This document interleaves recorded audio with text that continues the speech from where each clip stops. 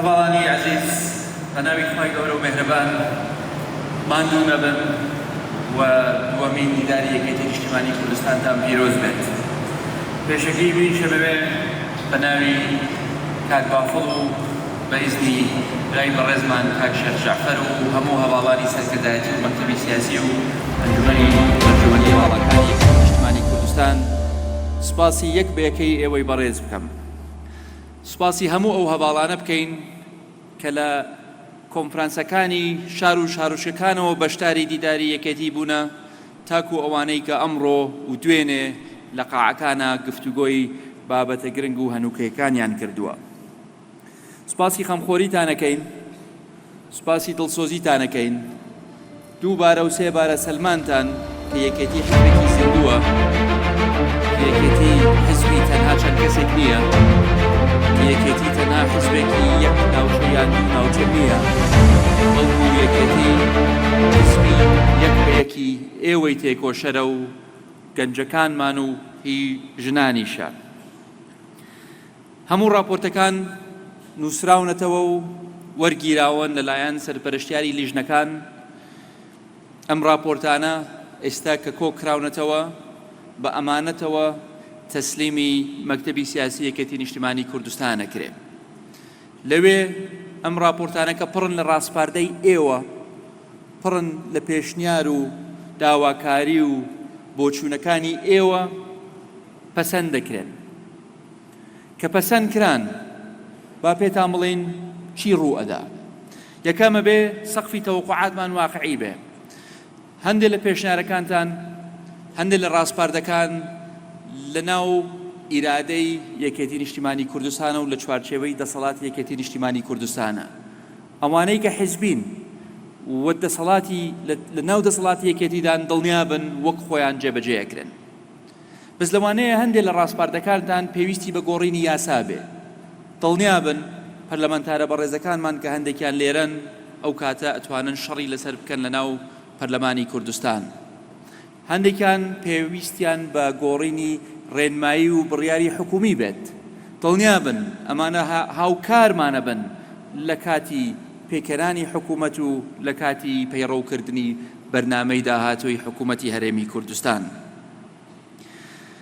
و بۆ ئەوەی ئێوەش دڵنیابن لەوەی کە ئەمە تەنها مەشغوڵکردنی مەجموعە کادرێک نییە، دوای پەسەندکردنی ڕاستپاردەکانتان بۆ هەر لیژنەیەک کە پێکێنرا، بۆ هەر راپۆرتێک کە پێکێنرا، لیژنەیەکی مختص هەر لە ئێوەی بەڕێزەوە پێکەهێنینەوە جارێکی تر بۆ ئەوەی بە دوواداچوون بکەن بۆ چۆنیەتی جێبەجێکردنی بڕیارەکان کە هەر لە ئەساسدا ڕاستپاردەکانی خۆتانن.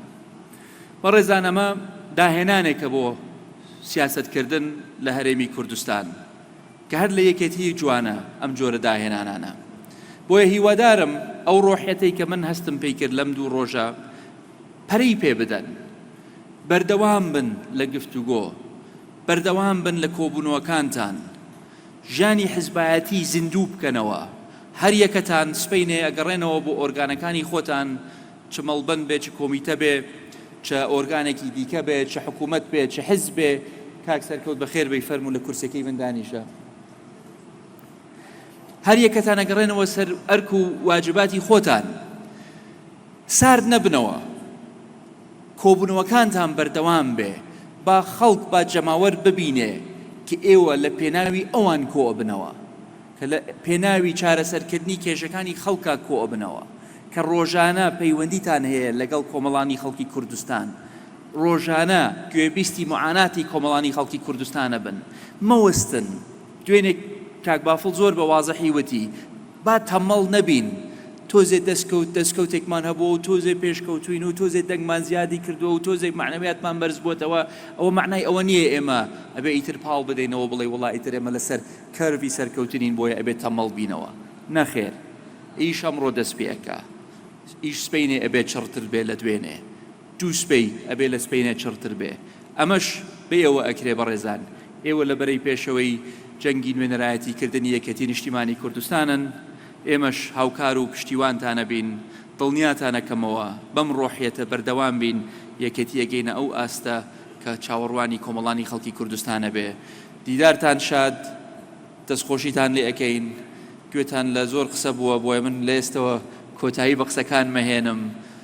هیوای سەرکەوتنتان بۆ ئەخوازم و دوای ئیشەڵڵا لە دەرەنجامەکانیشتان ئاگادارتانەکەینەوە و داواکاری شەبین لە یەک بێکی ئێوە بەردەوام بن لەگەڵمان بۆ بەدواداچوونی بڕیارەکان و جێبەجێکردنی بڕیارەکان و دیسان خۆمان ئامادە بکەین چکە انتخاباتێکی تر بەڕێوەیە بۆیە لە ئێستەوە ئەبێ بچینەوە ناو ئەو جەماوەرەی خۆمان سەردانی ئەو ماڵانە بکەین کە پێشتر سەردانمان کردن، بەڵێنەکانی انتخاباتەکانی خۆمان جێبەجێ بکەینەوە، خەڵکەکانی کە عاجز بوونە لێمان ئاشتیان بکەینەوە.